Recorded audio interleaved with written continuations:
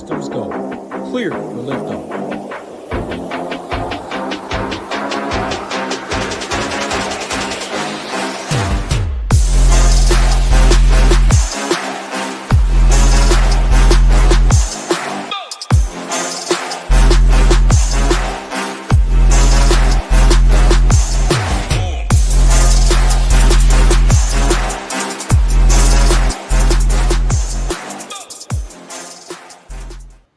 What's going on, golf fans? It's your boy GS Luke here with our round 2 showdown stream for this week's Scottish Open. Gonna get you guys ready to build your lineups with any questions or player deep dives that you've got for me in the chat. We'll also talk weather, ownership, building a player pool for round 2, and we'll wrap it up with some strategy as well. So anything on top of that you're curious about, don't be shy to let me know in that live chat. It looks like we already got a few of you sweaty tryhards down there as well, including Go Collect, Keys Cheese, who I was able to see on the golf course and meet in person. So cheers to you. We also got a few other people like Ranger Sites down there as well. And look at that, a 3x day for Sites in the chat. So let's run it back and have ourselves a Friday. So the first thing we're going to go through would be the course conditions, which for round 2 are going to be a little bit different than today. So even if we take a look at Thursday, the morning played a bit easier than the afternoon, but it was only about a 0.4 stroke difference. So really not that much of a difference between the morning and the afternoon wave. But without any sort of wind kicking up, it was still about 0.43 shots harder. So when we take a look at the forecast for Friday,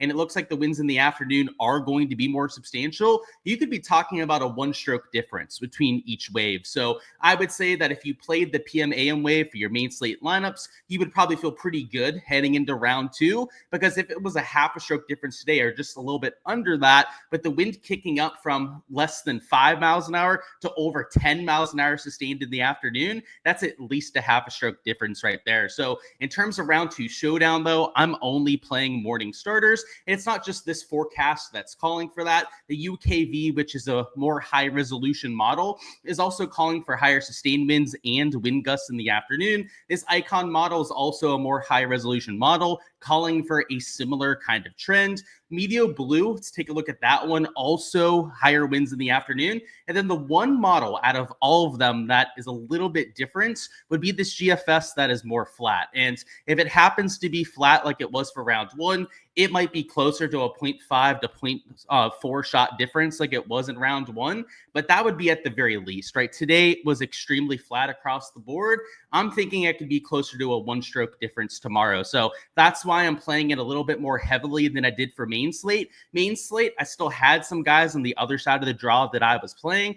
For round 2 showdown, when we have a whole potential 1-stroke advantage on a single round of golf, that's when it becomes a little bit more imperative to take advantage of it. So from the weather angle, it's looking like it should cooperate for our main slate exposure and hopefully for our round 2 lineups too. And you got to cross our fingers. You got to knock on wood. I've got a wooden desk here that I can knock on because these weather forecasts are volatile. They don't always come to fruition, but based on 4 of the 5 different models that we just went through, it looks like a pretty good weather slate for tomorrow. So the next thing we're going to do is go through some player pool stuff. So any sort of player deep dives that you've got, feel free to go ahead and let me know. But before we do so, we're going to talk ownership for round number 2. So we're going to head over to my Patreon projections, and I'll show you guys the top 10 highest owned projected plays per my Patreon projections. So these are already up on my website, my Patreon page. So feel free to go ahead and follow along if you guys are a member over there.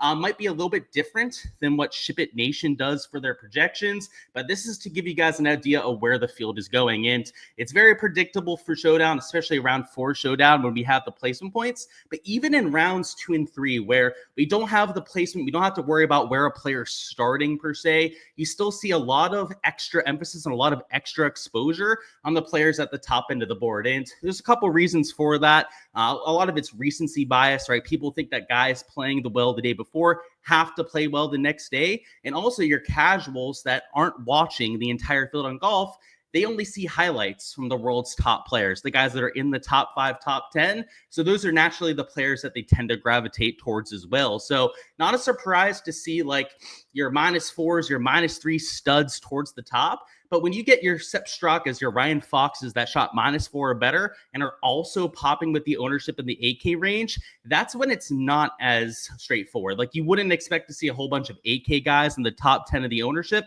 You'd expect to see a whole lot of 9 and 10K guys because people spend their salary. And you do get a few of those players at the very top. But the players where it becomes a little bit more of a red flag with the ownership is when you get to the 7, 8K range. And we don't have any 7K guys at the top 10 of the ownership for tomorrow, partially because the top end of the board is where a lot of those higher ownership numbers are.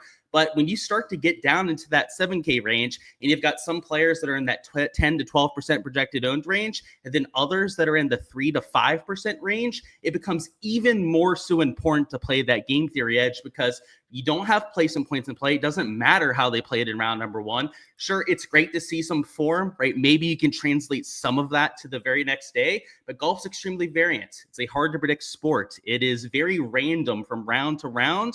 So you want to embrace that as much as possible. Know that there's going to be a lot of outlier performances. And if you can hit, a spike performance at sub 5%, that's going to do a whole lot more for your lineup than, per se, taking one of these guys at like 20 to 25%. So I'll say that of the top end of the pricing here that I am playing a few of them, they're all AM guys, right? That's the only side of the draw that I'm playing. It's mostly the studs in the 9 and 10K range that I would play at that kind of ownership. And I know that we have this sorted by ownership, but if you sorted it by price, there's not a whole lot of AM guys towards the very top end of the board. So Rory McIlroy I have as your highest owned player, partially because he's AM wave and Scotty Scheffler's PM. I think that's going to give him a little bit of extra exposure. And Victor Hovland too at $9,200. He's getting a lot of extra steam because he's AM wave. But even a Fleetwood shot even par. He's, not the best form compared to some of these other top tier players, because there's not a whole bunch of players on that side of the draw that you can use up top.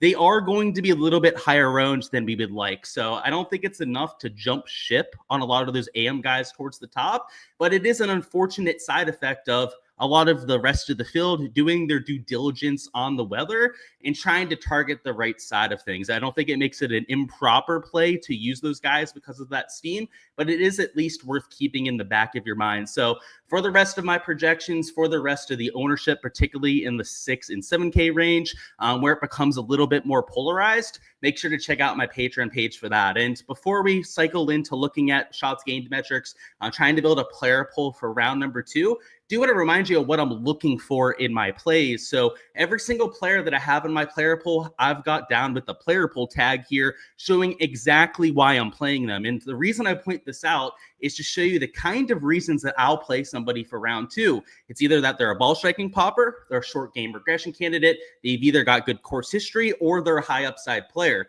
If they don't check one of those 4 boxes, they are not in my player pool for tomorrow. And when we have, let's see, 155 players after Hoshino withdrew that you have to choose from, you should be very specific about what you're looking for. And it doesn't have to be the same 4 reasons that I'm using to build a player pool, but have a process, have reasons to get to your plays, whether it's round 2 historical, that's something that you can pull from the SHIPIT Nation Stone, whether you want to use the approach or putting series to your advantage, all great tools to also get onto plays.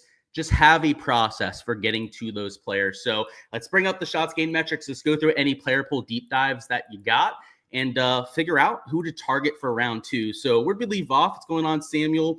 Let's see. He said it was supposed to be 94, but it was 72 and rained. It was not supposed to be 94. It's Scotland. So whatever forecast told you it was going to be 94, I'm not sure about that one. What's going on, Ed? Hey, a little late. You guys snuck up on you. Yeah, early today because of the fact we're in Europe. So a kind of a nice change of pace. Don't have to do live streams all night. So I tend to like it. This guy is lost. He's talking about Baltimore. We're overseas in Scotland, my dude. Key says, dude, you usually listen to me on the 2 times replay. Live sounds like I'm in super slow-mo. And I talk fast, man. So I don't know how you guys do it with the 2X, but yeah, I guess good hearing and good learning comprehension, I guess. And was the morning waves easier than the afternoon? It was, but only by 0.4 strokes, which was very expected, Kevin, right? The morning was always going to play easier than the afternoon. So a lot of the touts, a lot of the people you may have heard in the industry that were talking about a PM AM advantage we're completely talking about round number 2. So it's going to be even more so the case because tomorrow it'll get firmer, a little bit choppier like it did today. And you're going to have the winds kicking up on top of that. So yeah, it played easier, and tomorrow it's going to be even more so than that. So keep an eye out for that. All right, I got to kick this spot out of here. There's no chance that's a real human being with some of the stuff he's saying. So let's just block him so he stops putting the nonsense down there. So now that we've got the chat bots out of here, let's talk through what I'm looking for in my players. And I already told you a few of the different tags that we're using. But in terms of how we use it in practice, let's go ahead and show you that. So it's sorted by shots gained, ball striking, and that's usually a good starting point for figuring out how these guys are playing, because how you're swinging the golf club, that's shots gained off the tee and shots gained approach, is how you can take it into the next day, right? That's the most consistent part of golf. How you putt, how you chip the ball and getting balls to drop, a lot of that comes down to variance and luck. And if you've played golf, you probably can relate to that, right? There's days where you do everything right, but you shoot like +1, +2. And then there's days where your swing was completely out of sorts. Maybe you only hit like half your greens regulation, and you put together like an even round or maybe even under par rounds like I've done a few times. So it a lot of times comes down to luck of the draw.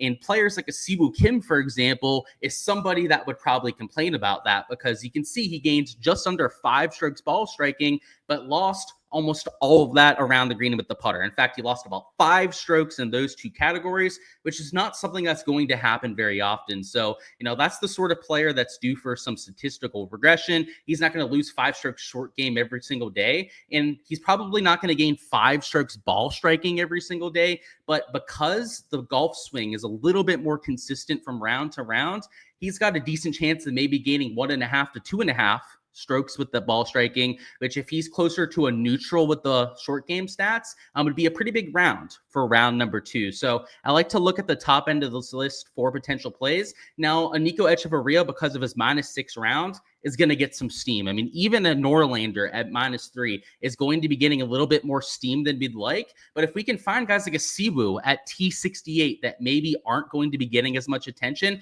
particularly if they're AM wave players, then that's the sweet spot for finding your plays. So of course, right, the weather edge is something we have to add on top of this. But if you can find guys on your side of the draw that fit the stat profile that you're looking for, the kind of players that you're going to see me getting over the field on. So for example, Victor Hovland is in the AM wave. He gained over 3 strokes ball striking today. Let's find a few more examples of guys I know that are on the right side of the draw. Justin Rose is an AM wave player. He gained 2 strokes ball striking. Also could be due for some short game regression, which we'll talk about here in just a second. But we're looking at the ball strikers first before we talk about the short game and all of that jazz.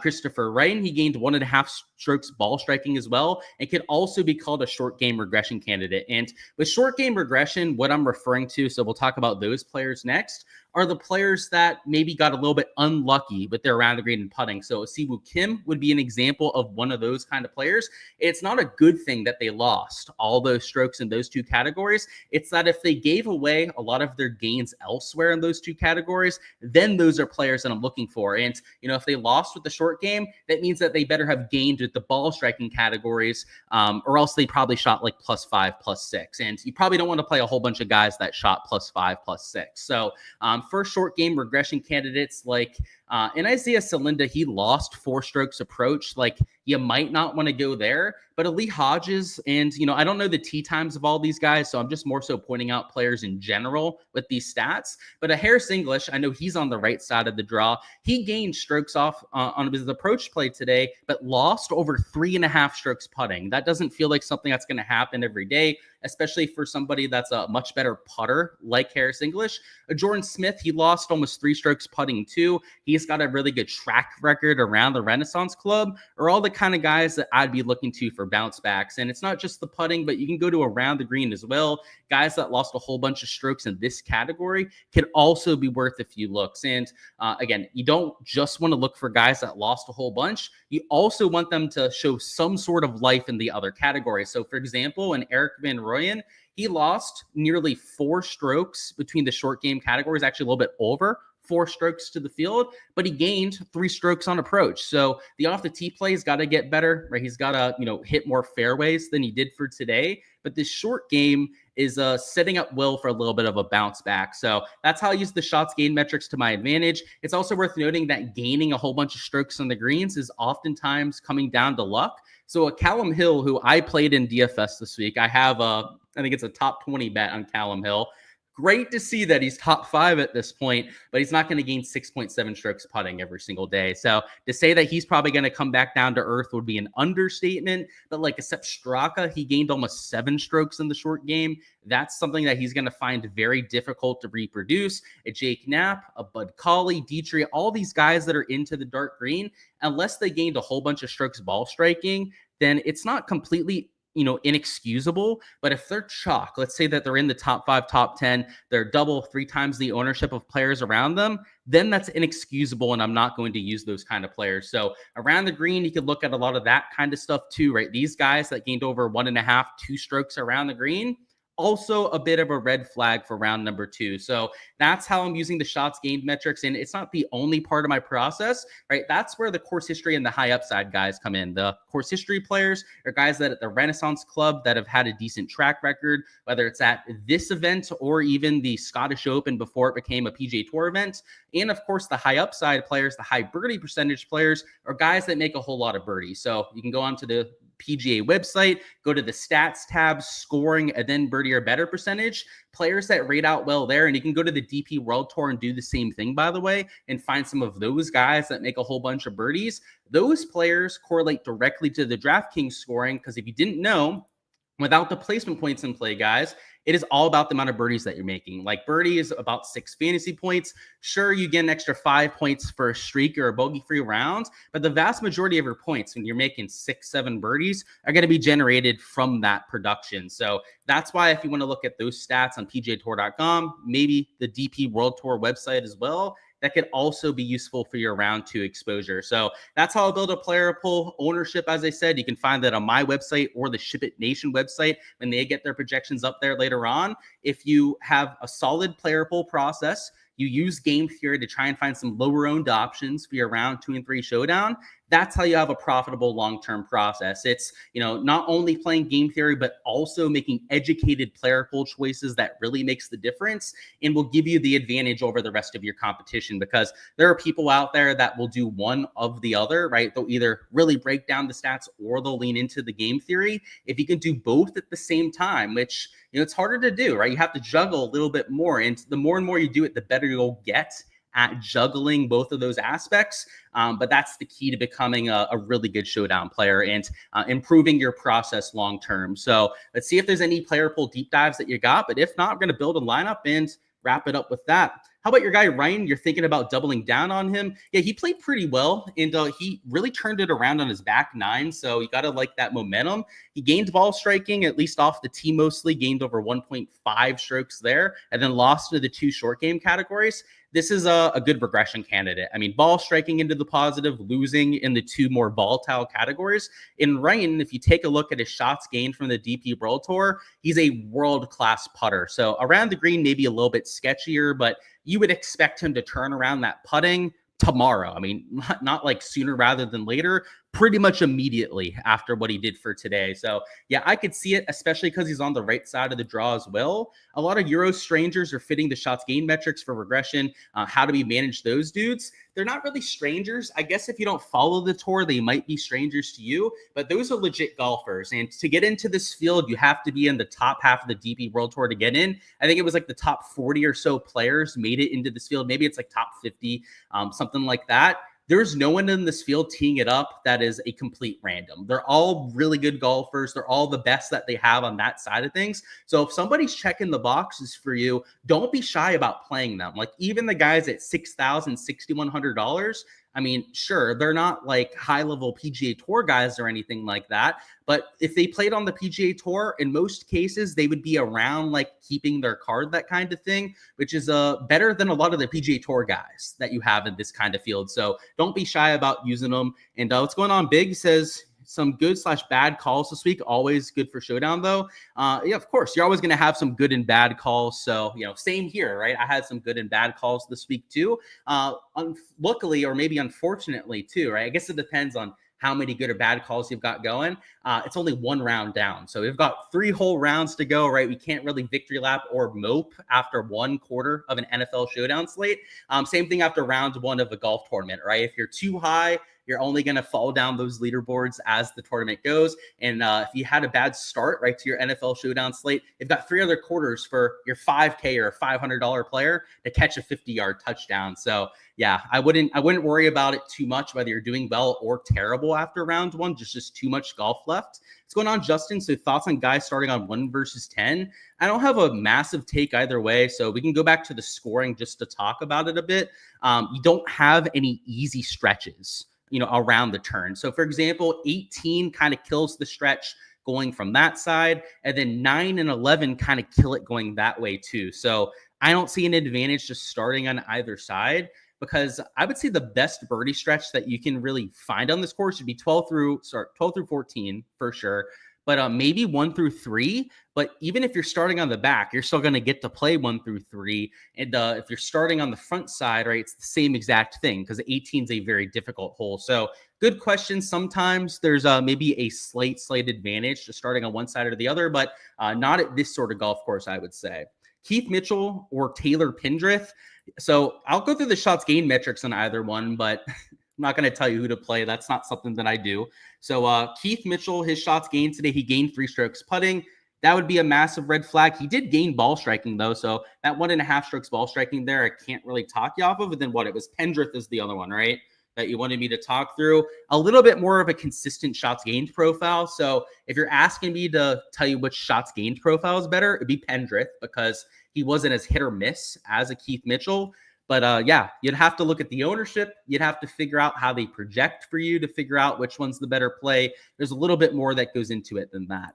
Euro SpongeBob decided not to play today. Yeah, man, that's how it works in golf, right? Just like some of the PGA Tour guys didn't get there as well. That's life, man. And trust me, if you're playing high upside guys on the DP World Tour, you're going to miss more than you get there. That's just the nature of it. That's why guys are 2 to 3% owned. And I'm totally fine with him shooting +4. He does that on the DP World Tour. He misses cuts. But you know what he does as well? He also top 5 and top 10s quite often. So give me that volatility. Give me those stinker performances. If you can't handle them, if you're not okay with seeing a +4 and having that in like 5% of your lineups, then don't take volatile players that you haven't heard of before, right? Like, just because you hear it from somebody else doesn't mean you have to do so, right? For somebody like myself, I just got a question about him yesterday. That's why I even brought him up. It's not like I wanted to go out of my way to talk about him or anything. I played him because he has that upside. And I know as a large field GPP player, I have 150 lineups. If 5% of them are dead because he has a down week, and it's not a big deal for me, right? So for me, I can brush that off and not make it a big thing. Some other people clearly aren't able to do so. So if that's you, don't play those high volatile players. And frankly, only use people that you know of ahead of time, right? Don't just use somebody because someone else says it. That's silly in my opinion. Let's talk about the contests, which are honestly pretty decent for tomorrow. Normally when we have these overseas events and we have an overnight lock, sometimes DraftKings will scale back the contests that they're offering, but that's not so much the case this time around. They actually have contests a little bit bigger than we had for last week, which again, pleasant surprise because they normally don't offer the best contests. But the Summer Sand Trap is 125K. It is still super top heavy. It is a 5th to 1st place. So I don't love to see that, but it's not the worst size contest at the very least. A little top heavy, but not the worst size.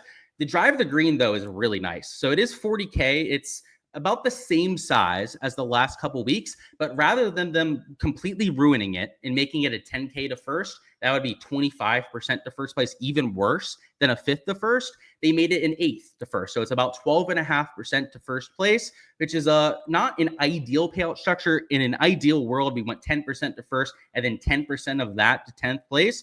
This is getting really close to that kind of a payout structure, though. So I'm not always a 150 maxer for Showdown. A lot of times I'll go with like 50 to 75 entries. I'm going to 150 max this one, though, because the payout structure is just maybe a little bit too good to pass up and not something that we see that often. But usually my go-to would be the single entries, like the $100 long drive. This is a 25K contest. That one is 20% to first. So Still maybe a little top heavy, but those are a smaller contest, right? It's not like a 10,000 entry GPP where you have to worry about it as much. But like the Albatross, that's this $2,000 single entry. It's a $12 entry to get into. That one is 10% to first place. And then I'm looking for the dog leg. That's another single entry that you guys can enter. This one is also a 12% to first place.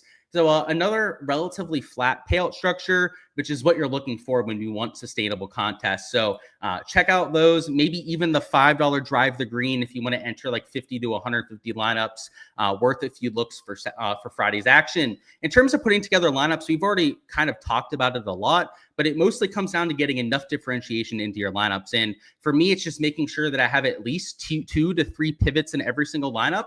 And I'm probably not going to have lineups with 5 or 6 pivots in them. But if I want to push that to 3 or 4, when it's a round 2 or 3 showdown slate where volatility carnage is king, then I'm okay with that as well. So in the larger field GPPs, maybe like the $5, $25, I'm going to have some pretty nasty lineups where maybe it does get close to those 4 pivots. But if you're at a single entry, something that's a little bit smaller, like, you know, I would say like 1,000 entries or less, then you don't have to get as drastic with where you're getting that differentiation. So, you know, if it's only 1, 2, maybe 3 pivots that you're taking in one of those kind of builds, that's how I would go with that lineup construction. So for the sake of this, we're going to go with a large field GPP lineup just to kind of take it to its furthest extreme. So let's start with, and we're going to go only AM wave players. We're going to take that weather edge where we can. And let's go Rory to start, who he's not going to be different. I already told you he's going to be the highest owned player in the field, at least per my projections for round 2 showdown. Second man in, let's go Matt Fitzpatrick.